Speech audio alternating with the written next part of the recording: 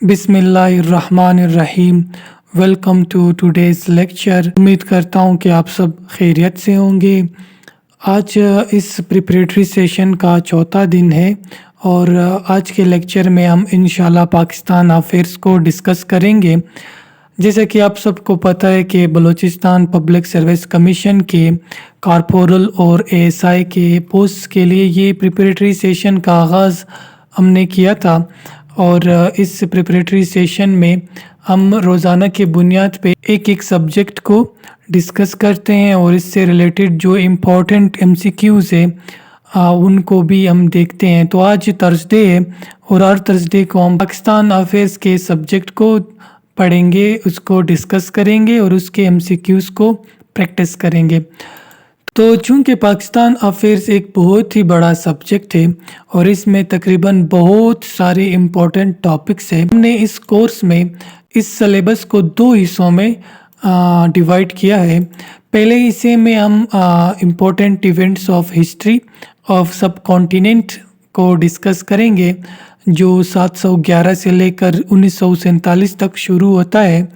इसके साथ दूसरे हिस्से में हम वो इवेंट्स पढ़ेंगे जो पाकिस्तान के आज़ादी से लेकर आज तक जितने भी अहम वाक़यात हैं उनको डिस्कस करेंगे और उनसे रिलेटेड जो इम्पोर्टेंट एमसीक्यूज़ हैं उनको पढ़ेंगे।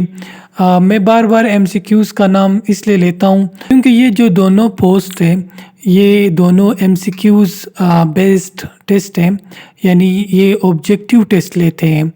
तो इसलिए हम लोगों ने भी एमसीक्यूज़ पर ही फोकस करना है कि जो पास्ट पेपर में जो एमसीक्यूज़ आए हैं वो जो इम्पोर्टेंट एमसीक्यूज़ हैं उनको देखेंगे। जो हमारी स्ट्रेटजी होगी इस दोनों पोर्शन को कवर करने के लिए वो ये होगी कि हम we will cover this syllabus through MCQs in sequential order.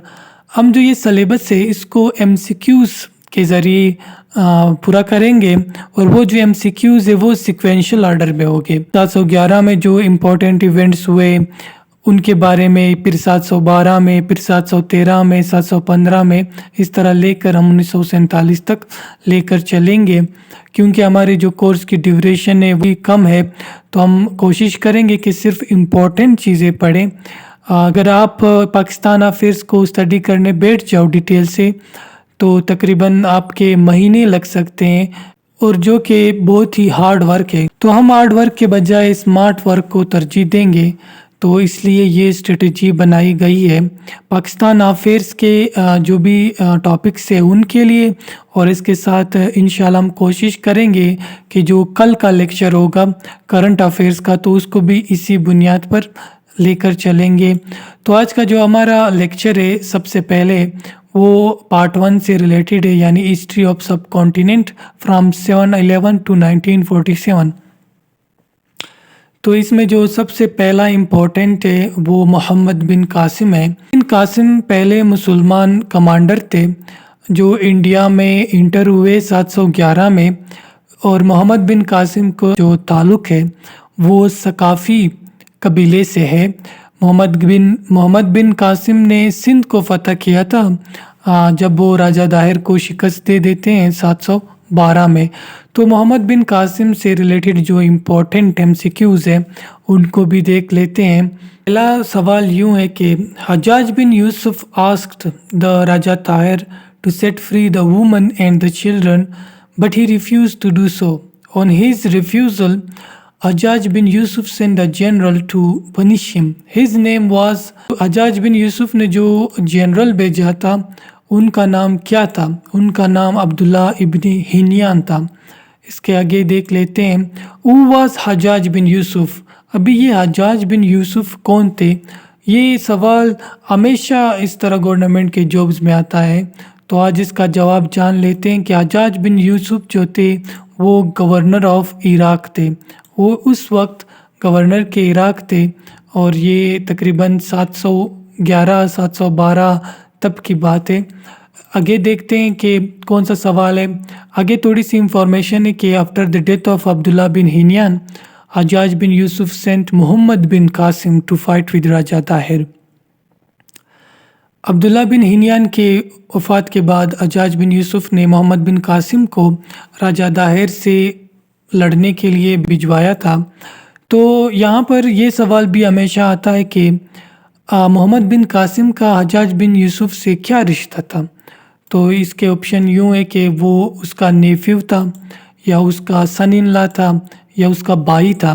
تو اس کا جواب ہے کہ وہ اس کا نیفیو بھی تھا اور ساتھ میں سن ان لا بھی تھا۔ تو اس کا جواب بوتھ اے اینڈ بی ہے۔ دوسرا سوال یوں ہے کہ Imad uddin Muhammad was the real name of Muhammad bin Qasim, اور اس کا مطلب soldier of Islam, line of Islam یا فاؤنڈر آف اسلام ان میں سے کوئی بھی نہیں، بلکہ اس کا مطلب تھا pillar of Islam. When Muhammad bin Qasim attacked with his 12,000 army, what was his age at that time? Muhammad bin Qasim نے 12,000 فوجیوں کے ساتھ حملہ کیا تھا، تو تب اس کی عمر کتنی تھی؟ اس کی عمر تب 17 سال تھی جب اس نے 12,000 فوجی لے کر راجہ داہر پہ حملہ کیا تھا۔ آگے دیکھتے ہیں۔ Muhammad bin Qasim stayed 1 month in Makran coast, وہ مکران میں 1 مہینہ رہے تھے۔ Who was the governor of Makran? تو اس وقت کے گورنر کون تھے مکران کے؟ اس وقت کا جو گورنر تھا مکران کا وہ ہارون تھا۔ بیٹل آف آرور واز فاؤٹ بٹوین، آرور جو ہے سندھ کی سٹی روہڑی کو کہا جاتا ہے، تو وہاں پہ ایک جنگ ہوئی تھی، تو وہ راجہ داہر اور محمد بن قاسم کے بیچ میں ہوئی تھی۔ Raja Dahir was the 3rd and the last ruler of Brahman dynasty, Brahman dynasty کی جو آخری رولر تھے وہ راجہ داہر تھے۔ The strength of his army during battle of Aror, تو جب یہ بیٹل ہوئی تھی روہڑی کے مقام پہ، تب راجہ داہر کی آرمی کی تعداد کتنی تھی؟ تو 1 لاکھ کے قریب اس کی آرمی کی تعداد تھی جو وہ لے کر آئے تھے محمد بن قاسم سے لڑنے کے لیے۔ اس کے ساتھ آگے دیکھ لیتے ہیں کہ what was the name of Raja Dahir's wife, Raja Dahir کی بیوی کا نام کیا تھا؟ تو یہ بہت ہی مشہور فیمیل تھی، اور انہوں نے اپنے ہسبینڈ کی جو ڈائنیسٹی تھی بہت ہی اس نے ڈیفینڈ کیا، اور تو اس کا نام تھا رانی بائی۔ اس کے ساتھ آگے دیکھتے ہیں وچ سن آف راجہ داہر امبریسڈ اسلام، راجہ داہر کے بیٹے جے سنگھ نے اسلام قبول کیا تھا۔ Who was سساکار، سساکار کون تھے؟ تو یہ منسٹر تھے راجہ داہر کے۔ اس کے ساتھ آگے دیکھ لیتے ہیں Debal and Alor are the ancient names of, Debal اور آلور جو ہے یہ قدیم نام ہے کون سے شہروں کے؟ تو یہ اینشینٹ پلیسز ان سندھ کے پرانے نام ہے۔ آفٹر کیپچرنگ آلور محمد بن قاسم کنکوئرڈ وچ سٹی، آلور کو فتح کرنے کے بعد محمد بن قاسم نے ملتان کا رخ کیا تھا اور ملتان کو فتح کیا تھا۔ یہاں پہ یہ تھوڑی مسٹیک ہے جو میں بعد میں ٹھیک کر لوں گا، یہ ملتان ہے۔ اس کے ساتھ آگے جو سوال ہے کہ Muhammad bin Qasim was called back by, Muhammad bin Qasim کو واپس بلایا گیا تھا، تو وہ کس نے بلایا تھا؟ سلیمان بن عبد الملک، یہ جو تھے اس وقت کے کنگ تھے، انہوں نے بلایا تھا محمد بن قاسم کو واپس۔ اور کچھ کتابوں میں لکھا ہوا ہے، بلکہ کافی کتابوں میں یہ لکھا ہوا ہے کہ سلیمان بن عبد الملک نے محمد بن قاسم کو واپس بلا کر جیل میں ڈالا تھا، اور جیل میں اس کو اتنا پنش کیا کہ وہ، اور آخر میں اس کو شاید زہر کی پیالی بھی دی تھی جس سے وہ ادھری جیل میں فوت ہو گئے۔ تو یہ ہماری کچھ امپورٹنٹ MCQs تھے محمد بن قاسم سے ریلیٹڈ۔ اس کے ساتھ ہم آگے دیکھ لیتے ہیں ہمارا جو دوسرا اہم ٹاپک ہے وہ محمود غزنوی سے ریلیٹڈ ہے۔ ہم اس کے بارے میں بھی تھوڑا دیکھتے ہیں، جانتے ہیں، اور جو امپورٹنٹ MCQs ہیں ان کو بھی ڈسکس کرتے ہیں۔ Mahmud Ghaznavi was born in the town of Ghazni, Ghazni Afghanistan کا شہر تھا، یہ 971 میں وہاں پہ پیدا ہوتے ہیں، اور پھر یہ 1030 میں فوت ہو جاتے ہیں۔ تو ہم اس کو دیکھتے ہیں، آگے ان کے بارے میں جانتے ہیں۔ اس فادر نیم واز سبکتگین، اس کا جو والد کا نام تھا اس کا نام سبکتگین تھا۔ اور اس کے ساتھ آگے Mahmud Ghaznavi invaded Indo Pakistan for 17 times, یہ جو سوال ہے یہ بھی بہت امپورٹنٹ ہے کہ انہوں نے برصغیر کو، انہوں نے انڈو پاکستان کو 17 دفعہ انویڈ کیا تھا۔ اس کے ساتھ ہم کچھ MCQs دیکھ لیتے ہیں کہ بیٹل آف پشاور، جسے وائی ہند بیٹل 1 بھی کہا جاتا ہے، was fought in 1001 after death between Mahmud Ghaznavi and, Mahmud Ghaznavi اور کس کے بیچ میں یہ لڑائی لڑی گئی تھی؟ تو وہ جو تھے جے پالا تھے جنہوں نے محمود غزنوی کے ساتھ یہ جنگ کیا تھا۔ Somnath temple was destroy by Mahmud Ghaznavi. Somnath temple एक हिंदुओं की मंदिर थी जिसको अपने हाथों से महमूद गजनवी ने तोड़ा था। तो ये जो सोमनाथ टेम्पल है ये इंडिया के कौन से स्टेट में लोकेट करता है? तो ये इंडिया के स्टेट गुजरात में लोकेट करता है। इसके साथ आगे देख लेते हैं, when did Mahmud Ghaznavi destroy Somnath temple? तो ये जो सोमनाथ का मंदिर था इसको महमूद गजनवी ने 1026 में डिस्ट्रॉय किया था। Which city was made as capital of Mahmud Ghaznavi empire? Mahmud Ghaznavi की हुकूमत में कौन सा शहर उस वक्त का दारुल हुकूमत था? तो वो लाहौर शहर था। इसके साथ which city was also called small Ghazni? तो इसी लाहौर को स्मॉल गजनी का नाम भी दिया गया था। इसके साथ आगे देखते हैं, the abductor of scholar was known as. जो एब्डक्टर ऑफ स्कॉलर्स है वो महमूद गजनवी को कहा जाता है। और इसी के साथ Al-Biruni came to India with. Al-Biruni को इंडिया महमूद गजनवी लाए थे। हज़रत दाता गंज बख्श अली अजवीरी साहब को भी इंडिया महमूद गजनवी साहब लाए थे। ये कुछ इंपॉर्टेंट सवालात हैं महमूद गजनवी से रिलेटेड। और इससे आगे जो हमारा अहम टॉपिक है वो सुमरा डायनेस्टी है। इसके भी थोड़े इंपॉर्टेंट एमसीक्यूज देख लेते हैं। First king of Soomra dynasty was. Soomra dynasty का जो पहला किंग था वो किंग उमर था। First capital of Soomra dynasty, capital of Soomra dynasty जो थी वो मंसूरा नाम की एक शहर है। For how many year Soomra dynasty ruled over Sindh? कितने सालों सुमरा डायनेस्टी ने सिंध पे हुकूमत की? तो ये 402 साल इन्होंने हुकूमत की सिंध पे। इसके साथ आगे देख लेते हैं, चौथा जो हमारा अहम टॉपिक है वो मोहम्मद गौरी से है। मोहम्मद गौरी जो थे ये गौरी डायनेस्टी से बिलोंग करते थे और 1149 में ये पैदा होते हैं खुरासान जो अफ़गानिस्तान का एक शहर है वहाँ पर। जो मोहम्मद गौरी का पूरा नाम शहाबुद्दीन मोहम्मद गौरी था और इसके साथ ये वफ़ात होते हैं 1206 में ड्यू टू अटैक ऑन कोकर्स। जब वो कोकर पे हमला करते हैं तो उसी दौरान ये शहीद हो जाते हैं और मर जाते हैं। तो इसके कुछ अहम एमसीक्यूज़ देख लेते हैं। Mohammad Ghori establish the Muslim rule in. तो इन्होंने जो मुसलमानों की हुकूमत थी वो नॉर्थ इंडिया में कायम की। इसके साथ आगे देखते हैं, Mohammad Ghori and his brother capture Ghazni in. इन्होंने कब गजनी को कैप्चर किया था, फ़तह किया था? तो वो 1173 में इन्होंने अपने भाई के साथ गजनी को फ़तह किया था। इसके साथ आगे देख लेते हैं, एक इम्पॉर्टेंट पॉइंट है कि लास्ट हिंदू रूलर ऑफ सब कॉन्टिनेंट वाज पृथ्वीराज चौहान। पृथ्वीराज चौहान सब कॉन्टिनेंट का आखिरी हिंदू रूलर था। वो चाहनामा डायनेस्टी से बिलोंग करते थे।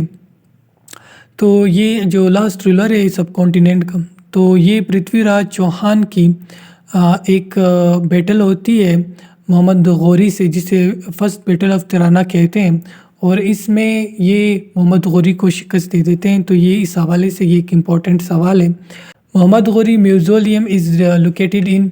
मोहम्मद गौरी का जो मकबरा है वो झेलम शहर में वाक़या है। When Mohammad Ghori died in 1206 due to attack on. किस पे अटैक की वजह से वो फोत हो गए? तो वो कोकर्स पे जब वो हमला करते हैं, ये हमने रिसेंटली डिस्कस किया, तब वो वफ़ात पा जाते हैं। इसके साथ आगे देख लेते हैं, मोहम्मद गौरी कैप्चर्ड मुल्तान एंड उच। ये दोनों पाकिस्तान के आज भी शहर हैं। तो इनको मोहम्मद गौरी ने फ़तह किया था 1175 में। ये कुछ बहुत ही अहम सवालात हैं जो हमेशा आते हैं, तो ये थोड़ा बोरिंग आपको लगेगा लेकिन ये इम्पॉर्टेंट है तो इसलिए हम डिस्कस कर रहे हैं। मोहम्मद गौरी ने पेशावर 1179 में फ़तह किया था। When Mohammad Ghori defeated Khusrau Malik and become the king of Lahore.